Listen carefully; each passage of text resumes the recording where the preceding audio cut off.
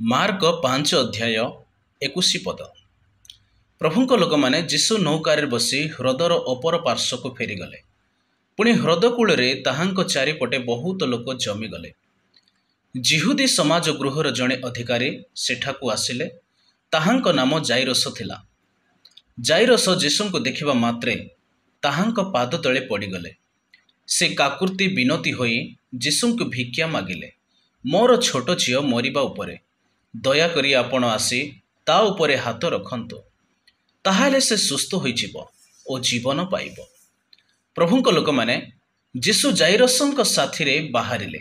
ଅନେକ ଲୋକ ଯୀଶୁଙ୍କ ପଛେ ପଛେ ଗଲେ। ଭିଡ଼ ହୋଇଥିବା ଯୋଗୁଁ ଲୋକେ ଯୀଶୁଙ୍କ ଆଡ଼କୁ ମାଡ଼ି ଆସୁଥିଲେ। ସେଠାରେ ଲୋକଙ୍କ ଭିତରେ ଜଣେ ସ୍ତ୍ରୀ ଲୋକ ଥିଲା। ବିଗତ 12 ବର୍ଷ ଧରି ତାର ରକ୍ତସ୍ରାବ ହେଉଥିଲା। ଅନେକ ଚିକିତ୍ସକଙ୍କ ଦ୍ୱାରା ଚିକିତ୍ସା କରାଇ ସାରିବା ପରେ ସେ ନିରାଶ ହୋଇ ପଡ଼ିଥିଲା। ସେ ବହୁତ କଷ୍ଟ ପାଉଥିଲା। ତାର ସମସ୍ତ ଟଙ୍କା ଖର୍ଚ୍ଚ ହୋଇ ସାରିଥିଲା। ତଥାପି ତାର ସ୍ୱାସ୍ଥ୍ୟରେ କୌଣସି ଉନ୍ନତି ଘଟୁନଥିଲା। ବରଂ ତାର ଦେହ ଅତ୍ୟଧିକ ଖରାପ ହୋଇ ଯାଉଥିଲା। ପ୍ରଭୁଙ୍କ ଲୋକମାନେ ସେହି ସ୍ତ୍ରୀ ଲୋକଟି ଯୀଶୁଙ୍କ ବିଷୟରେ ଶୁଣିବା ପରେ ଲୋକଙ୍କ ସହିତ ତାହାଙ୍କର ଅନୁସରଣ କଲା। ସେ ପଛ ପଟରୁ ଆସି ଯୀଶୁଙ୍କ ନିକଟତର ହେଲା ଓ ତାହାଙ୍କ ବସ୍ତ୍ର ଛୁଇଁଦେଲା। ସେ ମନେ ମନେ କହୁଥିଲା, ଯଦି ମୁଁ ଖାଲି ଟିକିଏ ତାହାଙ୍କ ବସ୍ତ୍ର ଛୁଇଁ ପାରିବି ତେବେ ଭଲ ହୋଇଯିବି। ସେ ଯୀଶୁଙ୍କ ବସ୍ତ୍ର ଛୁଇଁବା ମାତ୍ରେ ତାର ରକ୍ତସ୍ରାବ ବନ୍ଦ ହୋଇଗଲା ଓ ତାର ଶରୀରର ରୋଗ ଭଲ ହୋଇଗଲା ବୋଲି ସେ ଅନୁଭବ କଲା। ସେହି ସମୟରେ ଯୀଶୁ ଅନୁଭବ କଲେ ଯେ ତାହାଙ୍କ ଠାରୁ ଶକ୍ତି ବାହାରି ଯାଇଛି। ସେ ଅଟକି ଗଲେ ଓ ପଛକୁ ବୁଲି ପଡ଼ି ପଚାରିଲେ, ମୋର ବସ୍ତ୍ର କିଏ ଛୁଇଁଲା? ଶିଷ୍ୟମାନେ ଯୀଶୁଙ୍କୁ କହିଲେ, ଏଠାରେ ତ ଅନେକ ଲୋକ ଆପଣଙ୍କ ଆଡ଼କୁ ଠେଲି ହୋଇ ଯାଉଛନ୍ତି, ପୁଣି ଆପଣ ପଚାରୁଛନ୍ତି ମୋତେ କିଏ ଛୁଇଁଲା? କିନ୍ତୁ ଯୀଶୁ ତାହାଙ୍କୁ କେଉଁ ଲୋକ ଛୁଇଁଲା ବୋଲି ଚାରିଆଡ଼କୁ ଦେଖିବା ଲାଗିଲେ। ସେହି ସ୍ତ୍ରୀ ଲୋକଟି ଜାଣିଥିଲା ଯେ ସେ ଭଲ ହୋଇଯାଇଛି। ତେଣୁ ସେ ଆଗକୁ ଆସି ଯୀଶୁଙ୍କ ପାଦ ତଳେ ପଡ଼ିଗଲା। ସେ ଭୟରେ ଥରୁଥିଲା। ସେ ଯୀଶୁଙ୍କୁ ସବୁ କଥା କହିଲା। ଯୀଶୁ ତାକୁ କହିଲେ, ଆଗ ନାରୀ, ତୁମ୍ଭର ବିଶ୍ୱାସ ତୁମ୍ଭକୁ ସୁସ୍ଥ କରି ଦେଇଛି। ଶାନ୍ତିରେ ଯାଅ ଏବଂ ତୁମ୍ଭର ରୋଗରୁ ମୁକ୍ତ ହୁଅ।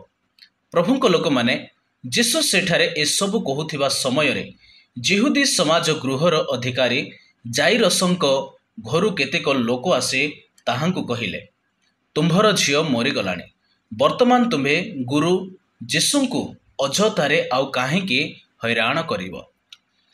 ପ୍ରଭୁଙ୍କ ଲୋକମାନେ କିନ୍ତୁ ଯୀଶୁ ସେମାନଙ୍କ କଥା ଶୁଣିସାରି ଯିହୁଦୀ ସମାଜ ଗୃହର ଅଧିକାରୀଙ୍କୁ କହିଲେ, ଭୟ କର ନାହିଁ, କେବଳ ବିଶ୍ୱାସ କର। ତାପରେ ସେ ସମସ୍ତଙ୍କୁ ଛାଡ଼ି କେବଳ ପିତର, ଯାକୋବ ଓ ତାହାଙ୍କ ଭାଇ ଜହନଙ୍କୁ ସାଙ୍ଗରେ ନେଲେ। ସେମାନେ ଯିହୁଦୀ ସମାଜ ଗୃହର ଅଧିକାରୀଙ୍କ ଘରୁ ଗଲେ। ସେ ସେଠାରେ ଲୋକମାନଙ୍କୁ ଉଚ୍ଚ ସ୍ୱରରେ ବିଳାପ କରୁଥିବାର ଦେଖିଲେ। ସେଠାରେ ବହୁତ କୋଳାହଳ ହେଉଥିଲା। ଯୀଶୁ ଘର ଭିତରେ ପ୍ରବେଶ କରି ଲୋକମାନଙ୍କୁ କହିଲେ, ତୁମ୍ଭେ ସବୁ କାହିଁକି ଏତେ ପାଟିତୁଣ୍ଡ ଓ କନ୍ଦାକଟା କରୁଛ? ଏ ପିଲାଟି ମରିନାହିଁ, ସେ କେବଳ ଶୋଇଯାଇଛି। ଏହା ଶୁଣି ସବୁ ଲୋକ ଯୀଶୁଙ୍କୁ ପରିହାସ କଲେ। କିନ୍ତୁ ସେ ସମସ୍ତଙ୍କୁ ଘରର ବାହାରକୁ ପଠାଇ ଦେଲେ। କେବଳ ପିଲାଟିର ବାପା, ମା ଓ ତାହାଙ୍କ ସହିତ ଆସିଥିବା ଶିଷ୍ୟମାନଙ୍କୁ ସାଙ୍ଗରେ ନେଇ ପିଲାଟି ଯେଉଁ କୋଠରୀରେ ଥିଲା ସେହି କୋଠରୀକୁ ଗଲେ।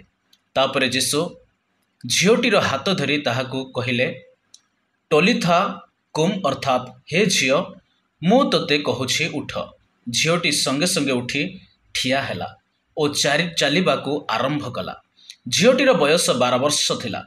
ତାର ବାପା, ମା ଓ ଶିଷ୍ୟମାନେ ଅତ୍ୟନ୍ତ ଆଶ୍ଚର୍ଯ୍ୟ ହୋଇଗଲେ। ଯୀଶୁ ଏକଥା ଲୋକମାନଙ୍କୁ ନ କହିବା ପାଇଁ ଝିଅର ବାପା ମାଙ୍କୁ ଦୃଢ଼ ଭାବରେ ନିର୍ଦ୍ଦେଶ ଦେଲେ। ତାପରେ ଯୀଶୁ ଝିଅଟିର ବାପା ମାଙ୍କୁ ଝିଅକୁ କିଛି ଖାଇବାକୁ ଦେବାକୁ